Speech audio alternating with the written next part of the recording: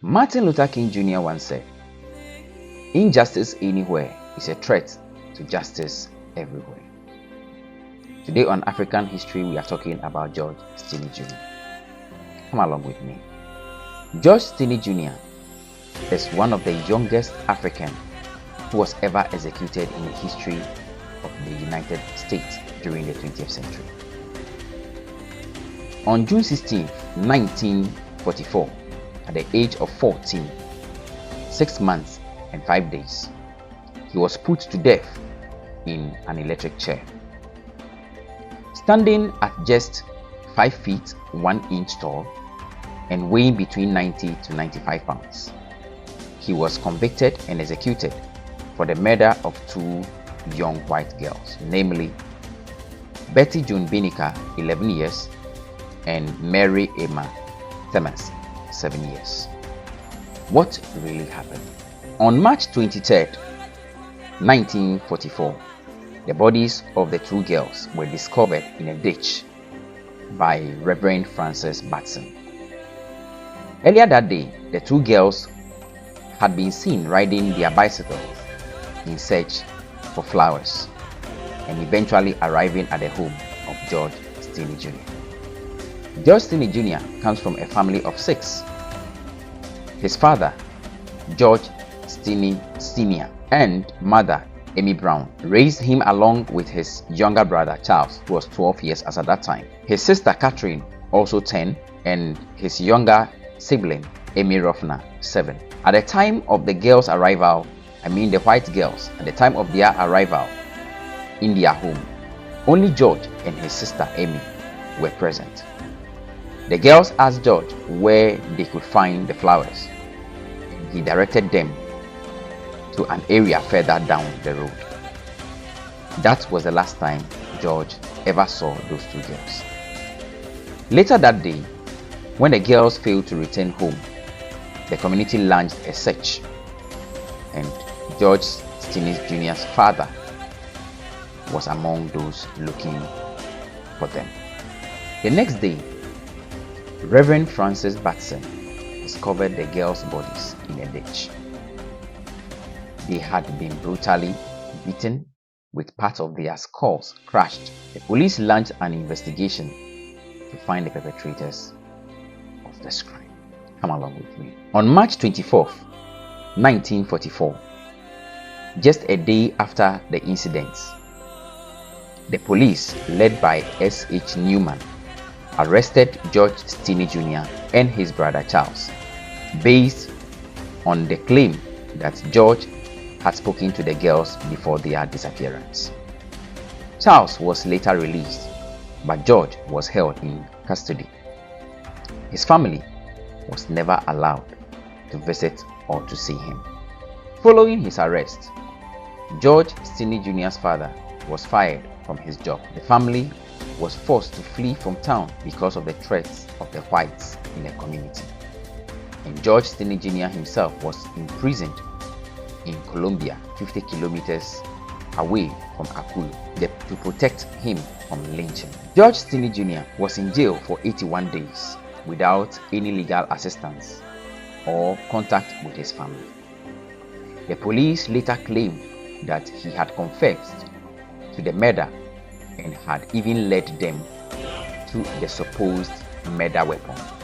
However, there has been no written or signed confession that was produced by the police. On April 24, 1944, the trial began, and at the courtroom there was no black man or woman in the courtroom. It was all filled with white, and no black was allowed into the room due to the ongoing racial discrimination among blacks during that time. George Stinney Jr. was assigned a lawyer who was also a white man. That's very, very interesting. Now, during the time of the trial, there was an alleged confession that was presented by 2 policemen. One policeman said that George Stinney Jr., in defense for himself, killed these 2 ladies because as at that time, one of the ladies fell in the ditch. And so George Stinney Jr. decided to rescue the lady that fell in the ditch, and the other one came to attack him. So in defense, he killed the other one, or killed the 2 girls. The other policeman also came up to say that George Stinney Jr. actually killed the two girls because he wanted to have sexual relations with them, and because these two girls refused, George Stinney Jr. had to go ahead to kill the two girls. And despite these two different alleged confessions that came from these two policemen, what surprised me so much is that the lawyer of George Stinney Jr. did not cross-examine these two policemen. Neither did he also allow George Stinney Jr. the chance to be cross-examined, but he just went ahead to accept everything that was said about George Stinney Jr. What a story to be told. It is so much sad that this black young man was treated this way. Come along with me. Further, during the trial, another 3 people were brought. That is, 3 witnesses were brought, and 2 of them were doctors who conducted the postmortem on the bodies of the girls, and the other one was the Reverend Minister who discovered the bodies of the 2 girls. George Stinney Jr. never had the opportunity to defend himself. Oh, what a story. What a black man. What a story. What a story. He was never given the chance to defend himself, irrespective of the different alleged confession that was made or that was brought by the 2 police. The white lawyer refused to allow George Stinney Jr. or to even cross-examine him, or cross-examine the 2 policemen, or even to allow him to defend himself. There is nothing that the cockroach can do in the midst of a chicken, or in the midst of chicken. This story is so sad. Come along with me. The trial lasted only 2 hours and 30 minutes.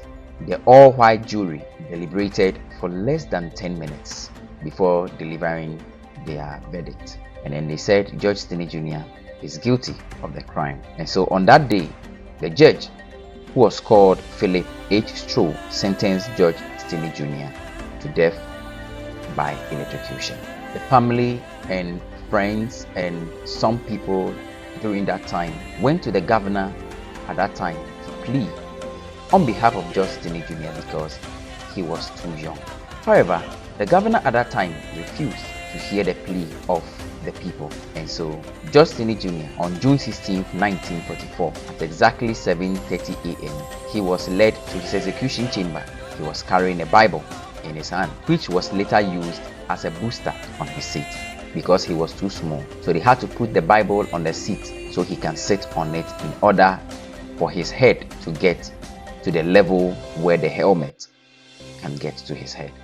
Now, when the helmet was put on the head of George Stinney Jr. and then the mask was worn on his face, the helmet fell, and then people over there at that time saw nothing but tears coming down the eyes and flowing down the cheeks of George Stinney Jr. Oh, what a story. An innocent man, George Stinney Jr., said nothing but was executed, with nobody allowing him or anybody wanting to hear his side of the story.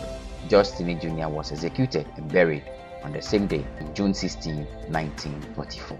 Now, after the death of George Stinney Jr., in 2004, a historian from the same town of Akula came across George Stinney Jr.'s issue and decided to investigate further with the help of some legal professionals in South Carolina and Northern University School of the Law. The case was reopened in January 2014 with new evidence emerging proving that George Stinney Jr. was innocent. And some of the evidence that came up are: his sister testified that he was at home the entire day when the murder occurred.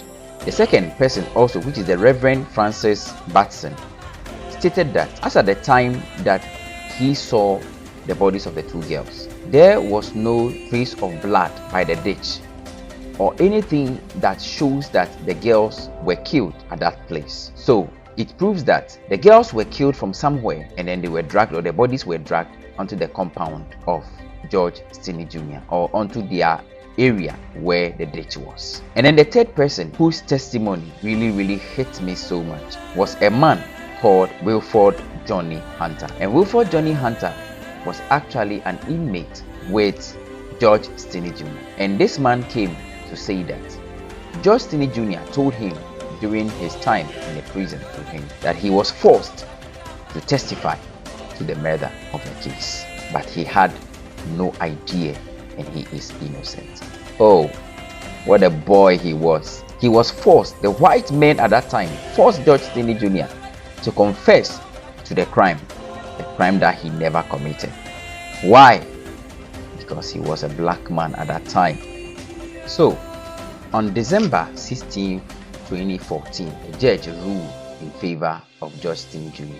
He said that George Stinney Jr. was wrongfully executed at that time in the United States. Well, this has been a very sad story of George Stinney Jr., our hero for today in the African history class. Let me know what you know about George Stinney Jr. and what this story has to do. Support by subscribing to the channel, hit the notification bell so that at any time we upload a new video, you will be the first to get it.